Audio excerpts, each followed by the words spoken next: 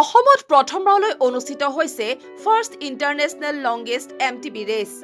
অংশগ্ৰহণ কৰিছে ২৭ জন প্ৰফেচনেল বিশ্বখ্যাত চাইক্লিষ্টে। ভাৰতবৰ্ষৰ বিভিন্ন ৰাজ্য অসম, অৰুণাচল, মেঘালয়, লাডাখ, কাশ্মীৰ আদিৰ লগতে নেপালৰ ৩ জন ৰাইডাৰো আছে এই ইভেণ্টত। উদ্যোগ ইভেন্টছৰ উদ্যোগত অনুষ্ঠিত হোৱা এই চাইকেল ৰেচক লৈ এক উৎসৱমুখৰ পৰিৱেশ সৃষ্টি হ'ল নেলি। মৰিগাঁও আৰু পশ্চিম কাৰ্বি আংলং জিলাৰ সীমান্তৱৰ্তী নেলিৰ আমগুৰি উচ্চ মাধ্যমিক বিদ্যালয়ৰ পৰা মঙলবাৰে শুভাৰম্ভ হয় এই চাইকেল ৰেচ। এই গ্ৰেণ্ড ইভেণ্টৰ ফ্লেগ অফ কৰে ভাৰত চৰকাৰৰ পৰ্যটন বিভাগৰ সঞ্চালক অনিল উৰাৱে। ৩ দিনীয়াকৈ অনুষ্ঠিত এই ৰেচত ৩ দিনত প্ৰায় ৩০০ কিলোমিটাৰ চাইক্লিং কৰিব বিভিন্ন স্থানৰ পৰা অহা ৰেচাৰসকলে। নেলিৰ আমগুৰিৰ পৰা ডিমা হাছাও জিলাৰ হাফলঙলৈ হ'ব এই ৰেচ। ৩ দিনৰ এই ৰেচিং কালত যাত্ৰা পথত ৩টা স্থানত নৈশ যাপন কৰিব চাইক্লিষ্টসকলে। নেলিৰ পৰা গৈ প্ৰথম নিশা কাৰ্বি আংলঙৰ ভকচং ইকো টুৰিজিম পাৰ্কত আৰু দ্বিতীয় নিশা উমৰাংচুত কটাব চাইক্লিষ্টসকলে।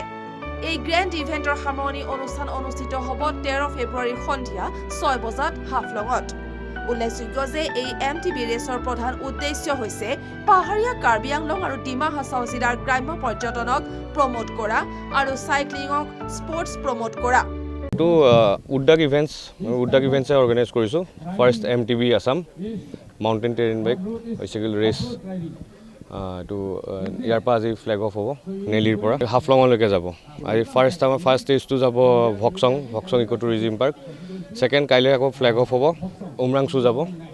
উমৰাংচুৰ পৰা থাৰ্ড ষ্টেজ উমৰাংচু হাফলং হ'ব। প্ৰায় আপোনাৰ 310+ কিলোমিটাৰ্ছ। আমাৰ ৰেজিষ্ট্ৰেশ্যন কৰিছিলে 40 ৰাইডাৰ্ছ। পাৰ্টিচিপেণ্টছ ৰিপৰ্টিং কৰিছে এতিয়া আমাৰ 27 ৰাইডাৰ্ছ।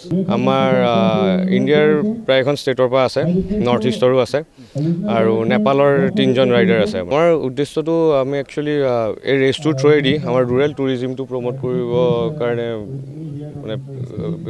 বিচাৰিছোঁ। হয়, আমাৰ যদি এনেকুৱা ৰেচেছ অৰ্গেনাইজ হৈ থাকে আমাৰ ইয়াতে বহুত পটেঞ্চিয়েলো আছে আৰু বহুত প্লেটফৰ্মছো আছে। MTB চাইক্লিঙৰ কাৰণে বহুত প্লেটফৰ্মছ আছে। আমাৰ টেৰেইনছটো বহুত ভাল হয়, মানে আমাৰ ইয়াতে হিল ৰিজনো আছে, প্লেইন ৰিজনো আছে। চ' এইটো গেমৰ কাৰণে আমাৰ ইয়াতে বহুত ভাল হয়। ইয়াতে যদি ল'ৰা ছোৱালী ওলায় খুবেই ভাল হ'ব।